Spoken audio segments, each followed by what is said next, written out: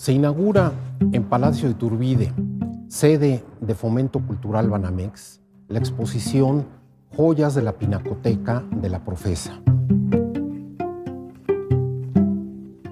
Tenemos la oportunidad de ver a través de 45 cuadros los pintores más reconocidos de este periodo y quizá entender no solamente lo que es el arte religioso, sino también lo que significa una época en el transcurso de México en años muy significativos para su construcción.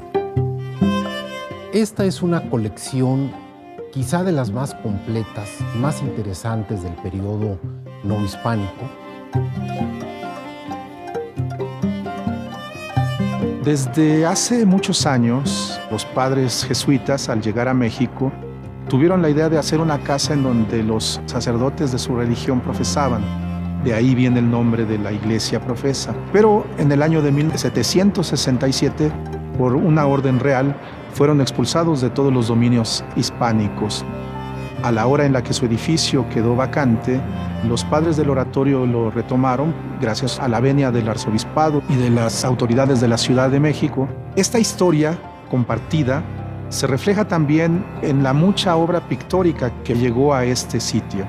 Y tenemos obra que fue creada desde tiempos jesuitas y fue promocionada para sus retablos, para sus claustros, pero al mismo tiempo también cuando los padres del oratorio empezaron a cuidar el edificio, ellos mismos ya traían obra del antiguo edificio de San Felipe Neri y la colocaron en los nuevos espacios que tenía la iglesia de la Profesa y empezaron a adquirir más obras. El principal atractivo de esta exposición es volver a darse cuenta de la extraordinaria riqueza que tiene la Pinacoteca de la Profesa, con artistas emblemáticos como Cristóbal de Villalpando, Miguel Cabrera, Andrés de Islas, etc. Desde la entrada luce magnífica una Santa Teresa, una visión, que es una obra maravillosa de Cristóbal de Villalpando. Es una obra que había estado mal identificada, pero el doctor Francisco de la Maza ya dio la interpretación justa del tema. Son la Virgen y San José en el momento en que le ponen un velo y un collar magníficos. Y es interesante ver cómo el artista tuvo que ingeniárselas para, con la poca descripción que dio la propia Santa Teresa, que fue la que vio esta experiencia, la que tuvo esta experiencia mística, ella no encuentra palabras para describirla. Y entonces ahora el artista tiene que reinterpretar lo que la Santa quiso decir y con un espíritu y una fantasía francamente barrocas, nos inventa un velo y un collar de engarces maravillosos, todo con un gran colorido, con gran precisión de dibujo. Es una obra que abre la exposición, pero después ya en el recorrido hay para cada núcleo alguna obra interesantísima.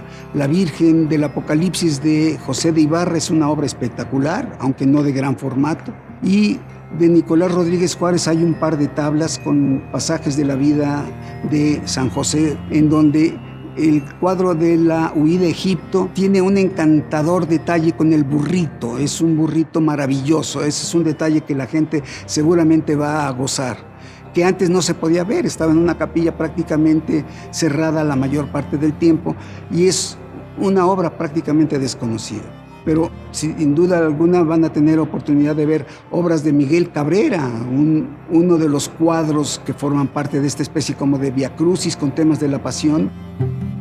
El cuadro de la Dolorosa que se exhibe al centro del patio es un cuadro que últimamente ha merecido atención. Se le ha atribuido recientemente a Nicolás Enríquez, un artista muy activo en los años del siglo XVIII. Tiene el significado de ser una obra de alta estima porque sin duda alguna era una imagen de devoción que se veneraba en la portería de la casa de los filipenses. Esto que se conoce como verdadero retrato. Es una imagen de bulto, la original, pero esta es una réplica que intenta captar a la imagen con todo lo que está a su alrededor. Esto es la imagen en su altar, sobre su piana, dentro del nicho o la especie como de balaustrada abajo, con una serie de angelitos con símbolos de la pasión. Entonces, indudablemente que hay una identificación muy clara porque todos los elementos, a pesar de que se trata de una advocación muy genérica, muy común, que es la Virgen de los Dolores, en este caso en particular, la gente seguramente la identificaba fácilmente por la indumentaria, por la postura de las manos, por la riqueza de los puños, el encaje, las joyas. Entonces, no es una dolorosa cualquiera, es la porterita. Y entonces se ve que quien la mandó a hacer, porque no sabemos para dónde se mandó a hacer ni quién le encargó, está tratando de copiar a la imagen venerada. Y en ese sentido se está apropiando de todos los elementos que formaban parte de esa imagen escultórica, pero ahora trasladada al lienzo. Y entonces de esta manera era un poco como poderse llevar la imagen a algún otro recinto, a alguna otra capilla, y con esto pues tener una mayor devoción. Y así hay en cada núcleo temático una obra digna de ser admirada, y creo que la gente lo va a gozar.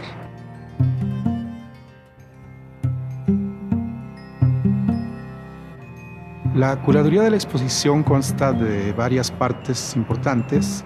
La primera es una en donde intentamos buscar desde el punto de vista de la historia cuál era la relación entre jesuitas y padres del oratorio. Una segunda parte en donde tenemos devociones particulares de ambas congregaciones. La tercera parte se relaciona con la devoción que la comunidad filipense tuvo en particular a la imagen de Cristo. Hay otro apartado en donde continuamos con este mismo sentido iconográfico y entonces vemos ahí el efecto de la devoción mariana para la congregación. Y finalmente tenemos un apartado que se refiere a una de las prácticas devocionales muy particulares de la Iglesia Profesa y de los padres del oratorio. Ellos tenían ahí una casa de oración y la pintura servía para alentar el espíritu piadoso de las personas que trabajaban ahí.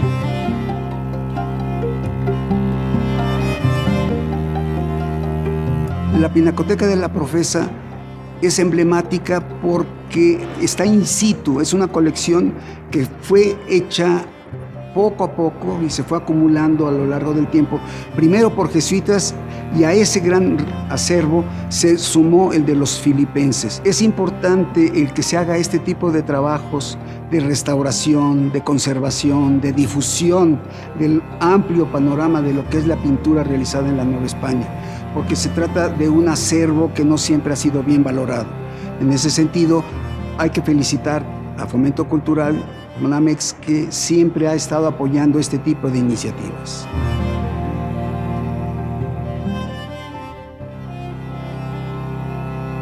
Esta exposición además da cuenta fiel de lo que ha sido una línea de trabajo durante estas 5 décadas de Fomento Cultural, y que es la investigación de temas poco conocidos, que es la alianza con los mejores de los temas para profundizar, investigar, difundir el arte, y en este caso muy particular, además de la alianza con la Profesa, la alianza con el Instituto de Investigaciones Estéticas de la UNAM ha sido sumamente positiva. El doctor Rogelio Ruiz Gomar, especialista en el tema, junto con el doctor Pedro Ángeles, han hecho una curaduría que es digna de elogio.